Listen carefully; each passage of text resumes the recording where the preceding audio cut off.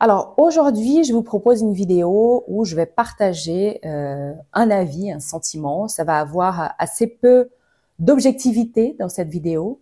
Elle risque d'être un peu longue, je ne sais pas combien de temps elle va durer, mais accrochez-vous parce que je pense que ça peut valoir le coup de partager, qu'on ait tous cette réflexion sur la reconnaissance de notre métier. La reconnaissance, donc, est un sujet qui revient souvent quand on est sophrologue. On a choisi d'exercer un métier qui n'est pas réglementé et on est toujours, justement, à la recherche de cette reconnaissance de l'État, des instances, des hôpitaux, des médecins, voilà, de nos clients.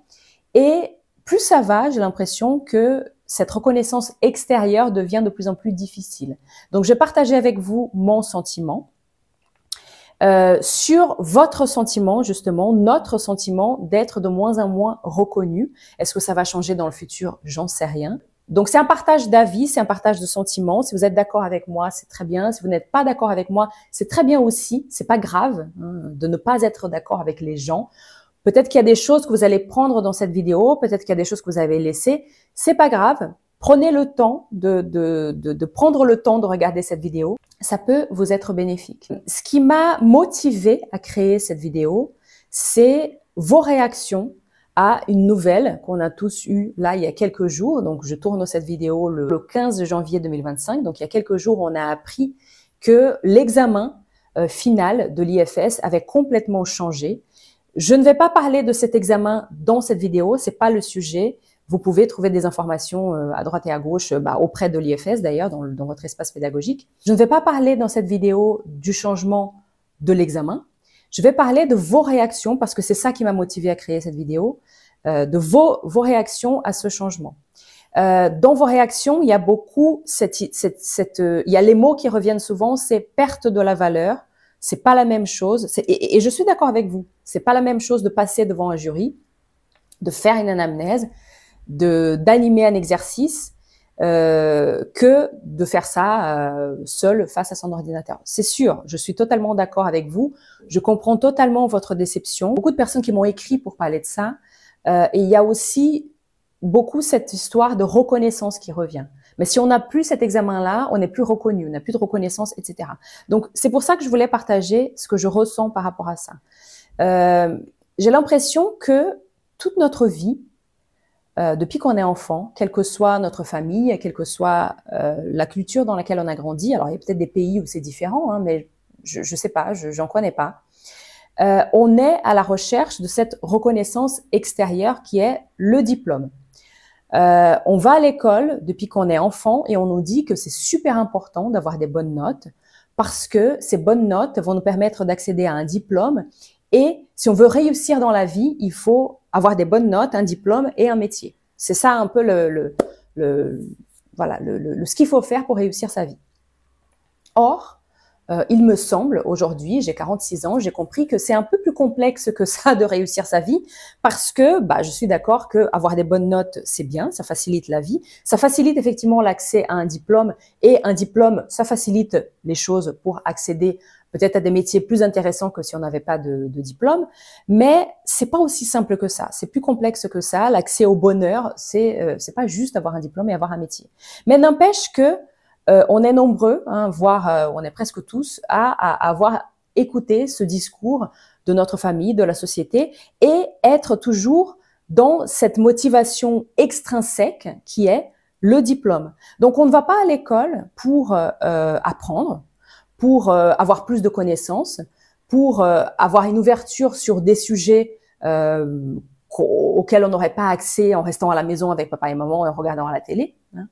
On va à l'école pour préparer le bac et ensuite on fait des études supérieures pour ceux qui en font pour accéder à un diplôme, pour accéder à un métier. Alors, je sais que c'est pas facile d'avoir la motivation intrinsèque d'étudier tout un tas de matières qu'on n'a pas choisies, mais n'empêche que on a ce conditionnement-là depuis qu'on est en maternelle, quasiment. Et on a toujours ce conditionnement-là aujourd'hui, adulte, alors qu'on a choisi, pour notre part, un métier qui, dès le départ, j'espère que quand vous avez choisi de devenir sophrologue, vous étiez déjà au courant que ce n'est pas un métier qui est réglementé.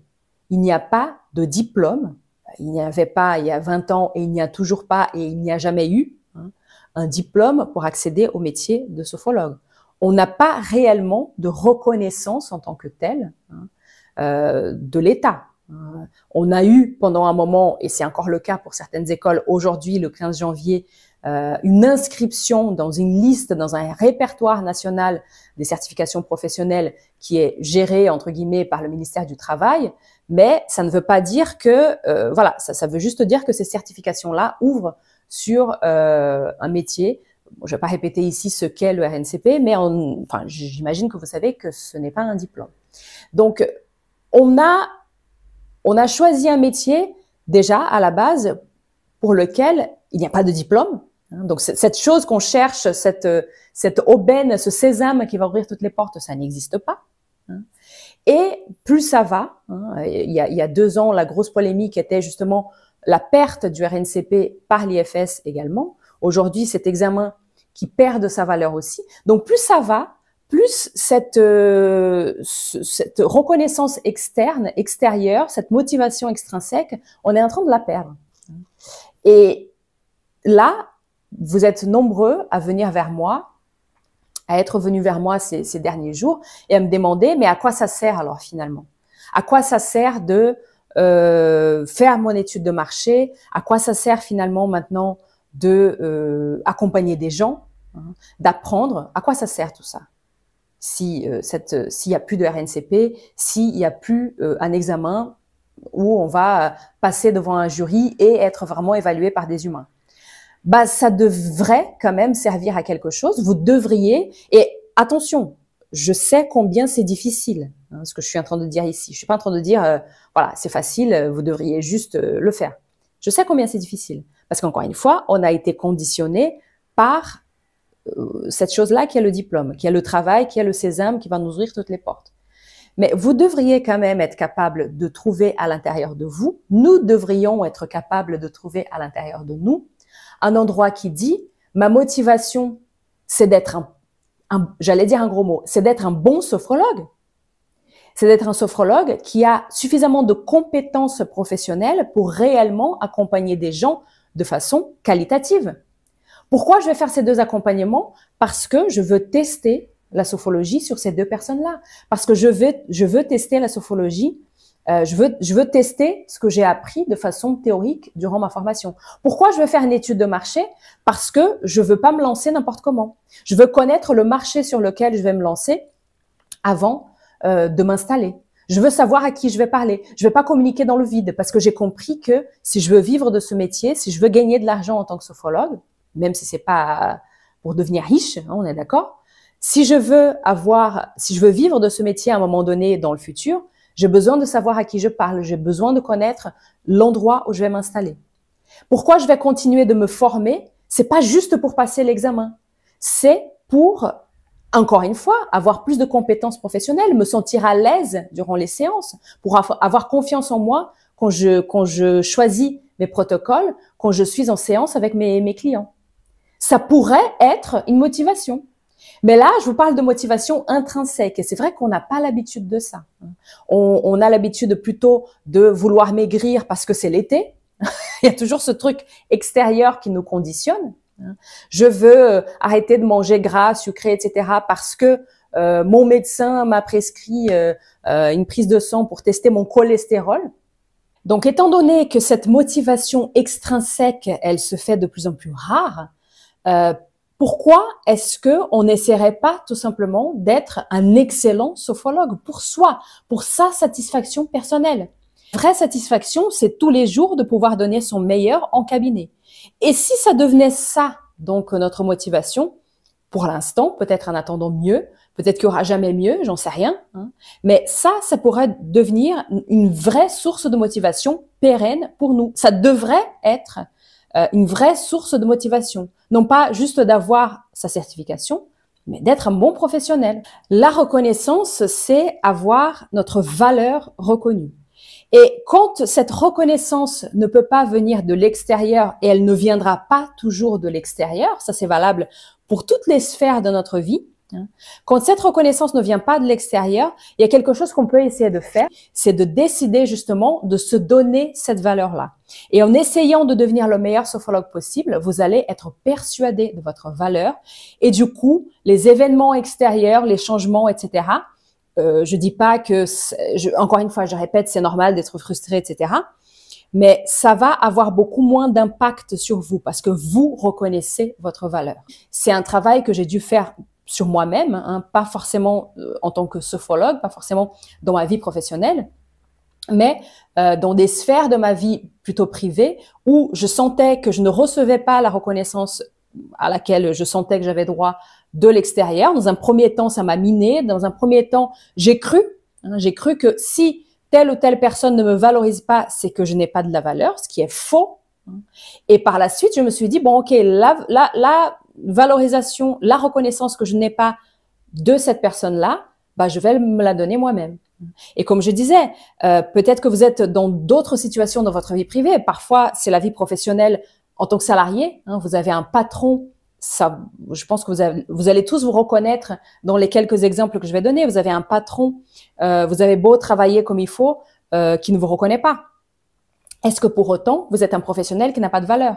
Vous êtes dans une relation amoureuse dans laquelle votre partenaire ne vous reconnaît pas, ne vous valorise pas à votre juste valeur. Est-ce que pour autant, vous êtes une mauvaise personne? Donc, arrêtons peut-être de mettre notre valeur entre les mains des autres. Ce qui m'interpelle depuis pas mal de temps, c'est que moi, j'ai créé une plateforme il y a 2 ans et demi qui s'appelle Sophro Continue. C'est une plateforme justement de perfectionnement. C'est pour des personnes qui sont déjà sophrologues ou qui sont en cours de formation. Et justement, c'est une plateforme de perfectionnement pour approfondir les connaissances qu'on a dans les exercices et dans les d'autres outils du sophrologue pour justement être plus confiant, être plus à l'aise et avoir plus de satisfaction dans l'exercice de notre métier. Je n'ai jamais vendu la plateforme Sophro Continue comme étant un outil pour vous aider à avoir votre examen. Bien que ça a pu, évidemment que le fait d'approfondir ses connaissances permet peut-être d'accéder plus aisément à l'examen, mais je n'ai jamais parlé de la plateforme de cette façon-là. Toujours est-il qu'il y a plusieurs personnes qui m'ont dit que ça les a aidés à avoir l'examen, etc.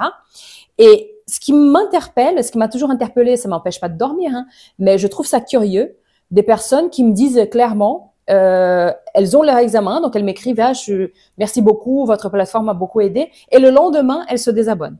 Alors, qu'on soit clair, ça ne pose aucun problème, cette plateforme, on peut s'abonner, se désabonner quand on veut, je ne suis pas en train de critiquer les personnes qui se désabonnent de la plateforme, c'est normal de se désabonner, il n'y a aucun problème. C'est pas ça la question.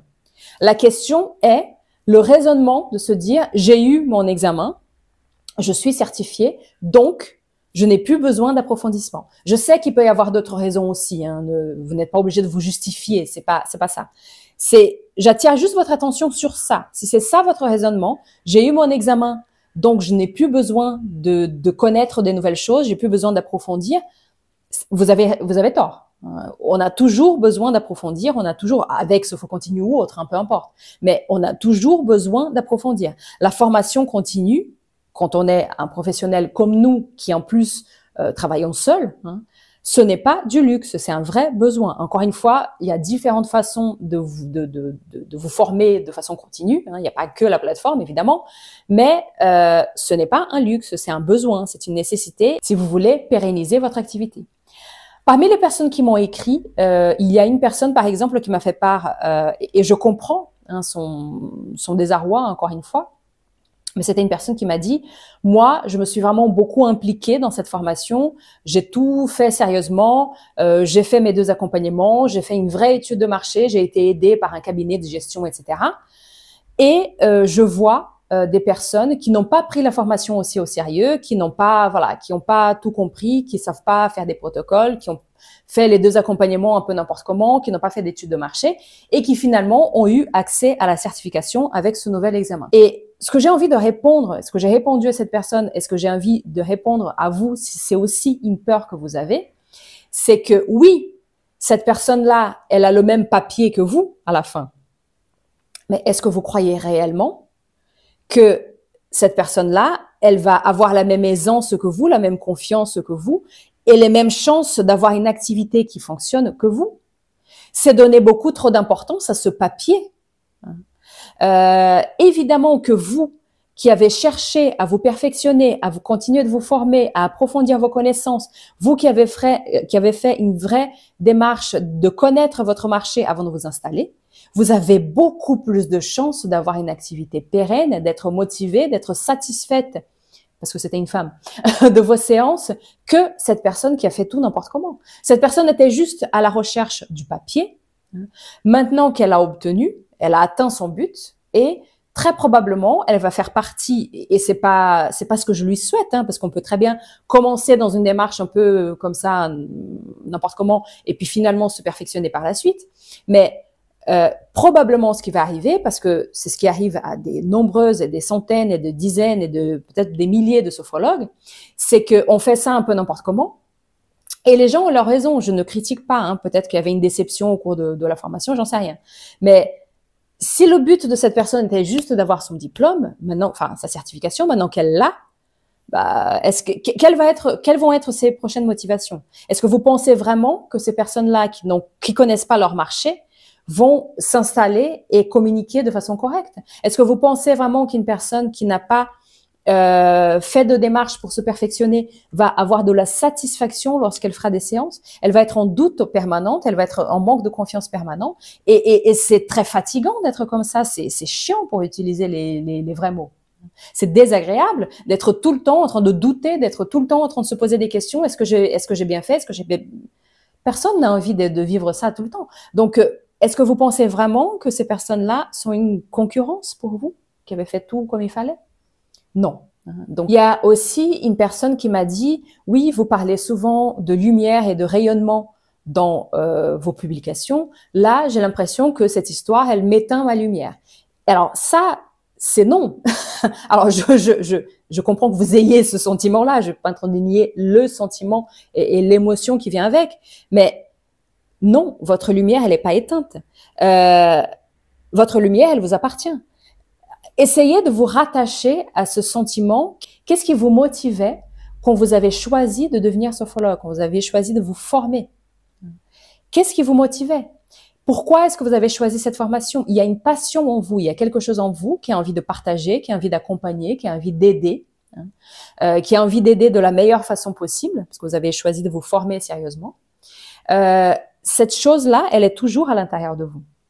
Et encore une fois, quand on arrive à se renforcer, quand on arrive à trouver sa propre valeur, les événements extérieurs, je ne suis pas hypocrite, je ne suis pas en train de dire que les événements extérieurs n'ont aucune importance, aucune incidence. Si, il y en a.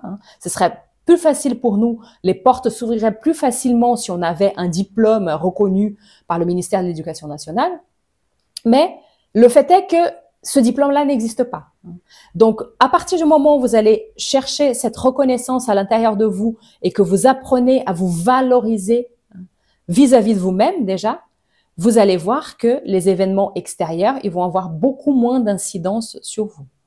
N'oubliez pas non plus, et ça c'est super important, et je suis sûre que vous êtes nombreux à ne pas totalement avoir conscience de ça, n'oubliez pas non plus que le grand public n'a jamais entendu parler de tout ça.